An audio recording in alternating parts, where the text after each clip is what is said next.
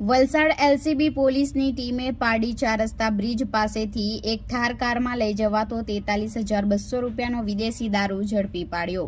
Valsad LCB વિભાગમાં ફરજ બજાવતા હેડ કોન્સ્ટેબલ સહિતની ટીમ પારડી હાઈવે પર પેટ્રોલિંગમાં હતી, જે દરમિયાન હેડ કોન્સ્ટેબલ ઓમપ્રકાશ સિંહને બાતમી મળી હતી કે એક થાર કારમાં ચાલક દારૂ ભરી જવાનો છે, જે બાતમીના આધારે પારડી 4 રસ્તા હાઈવેના બ્રિજના ઉતરતા છેડે વોચ ગોઠવી હતી।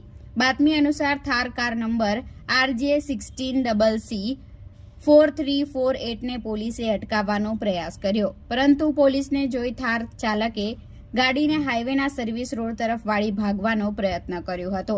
આ દરમિયાન કાર નિયંત્રણ બહાર જઈ રોડની બાજુમાં આવેલી હાઈવેની ગટર સાથે અથડાઈ હતી અને ટાયર બ્લાસ્ટ થતા તે અટકી ગઈ હતી। અકસ્માત બાદ કારીમાં સવાર ચાલક અને ક્લીનર બંને કાર છોડીને ભાગવાનો પ્રયાસ કર્યો, પરંતુ પોલીસે તાત્કાલિક ચાલક અરવિંદ શ્યામ બહાદુર યાદવને ઝડપી પાડ્યો હતો। ક્લીનર પવનસિંહ નામનો ઈસમ ભાગવામાં સફળ રહ્યો હતો।